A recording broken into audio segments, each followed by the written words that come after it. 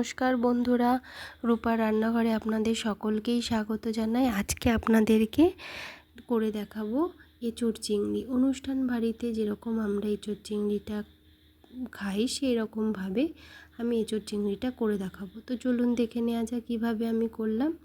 প্রথমে এঁচোড়গুলোকে এরকম ছোট ছোট টুকরো করে কেটে তা সেদ্ধ করে নিয়েছি। এরপর চিংড়ি মাছগুলোকে ভালো করে বেছে সেগুলোকে ধুয়ে নুন হলুদ মাখিয়ে রেখে দিয়েছি। একটা মশলা রেডি করেছি। এর মধ্যে একটা মিডিয়াম সাইজের টমেটো, মিডিয়াম সাইজের পেঁয়াজ, 3-4 কোয়া রসুন, 4টে কাঁচা লঙ্কা, কিছুটা আদা ও জিরের গুঁড়ো দিয়ে খুব ভালো করে পেস্ট করে নিয়েছিলাম। এরপর কড়াইতে সামান্য সর্ষের তেল দিয়ে তেলটা গরম হয়ে এলে তাতে চিংড়ি মাছগুলো হালকা ভেজে নেব। খুব কিন্তু বেশি করে ভাজবো না, খুব বেশি ভাজলে কিন্তু চিংড়ি মাছটা শক্ত হয়ে যায়। তো খুব হালকা করে ভেজে নিয়েছি।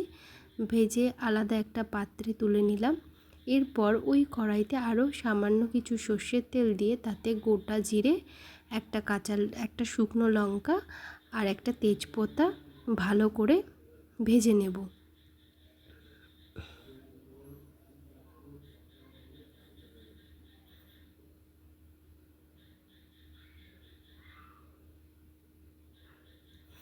এরপরে দিয়ে দিচ্ছি ছোট ছোট করে কেটে রাখা আলুটাকেও খুব ভালো করে ভেজে নেব।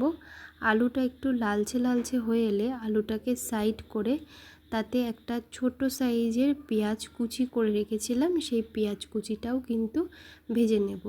আলু পেঁয়াজ খুব ভালো করে ভাজা হয়ে এলে যে মশলাটা আমি আগে রেডি করে রেখেছিলাম, পেস্ট করে রেখেছিলাম, সেই মশলাটা কিন্তু দিয়ে দেব।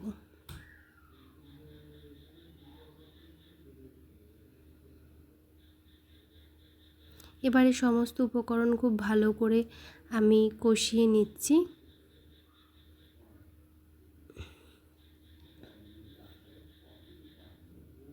এরপর এর মধ্যে দিয়ে দিচ্ছি পরিমাণ মতন লবণ, পরিমাণ মতন হলুদ গুঁড়ো, সামান্য কাশ্মীরি রেড চিলি পাউডার আর সামান্য গরম জল দিয়ে খুব ভালো করে মশলাটা কষিয়ে নেব, যাতে মশলার মধ্যে মশলার কাঁচা গন্ধটা না থাকে। আর গরম জলটা দিয়ে দিলাম এই কারণে যাতে মশলাটা কড়াইতে না লেগে যায়।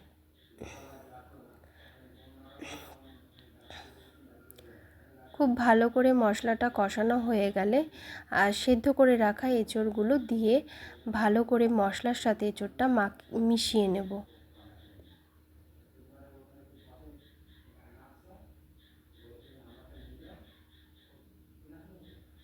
এরপর এর মধ্যে দিয়ে দিলাম ভেজে রাখা চিংড়ি মাছ। সমস্ত কিছু খুব ভালো করে কিন্তু কষিয়ে নিতে হবে। এরপরে দিয়ে দিচ্ছি শাহি গরম মশলার গুঁড়ো। খুব ভালো করে কষিয়ে নিতে হবে। ভালো করে কষানো হয়ে গেলে এর মধ্যে দিয়ে দিলাম কিছুটা গরম জল। যে কোনো রান্নায় একটু গরম জল দিয়ে দিলে সেই রান্নার স্বাদটা কিন্তু একটু অন্যরকমই রাখে। আর বন্ধুরা, আপনারাও এঁচোড় চিংড়িটাকে এভাবে বানিয়ে দেখবেন। এঁচোড় চিংড়ি এভাবে বানালে খেতে কিন্তু খুবই অসাধারণ লাগে। আপনারাও কিন্তু এভাবে বানিয়ে দেখবেন আর অবশ্যই আমাকে কমেন্ট বক্সে জানাবেন কার কার এঁচোড় চিংড়ি খুব ভালোবাসেন খেতে, সেটাও কিন্তু আপনারা জানাবেন। দেখুন আমার কিন্তু প্রায় হয়ে এসছে।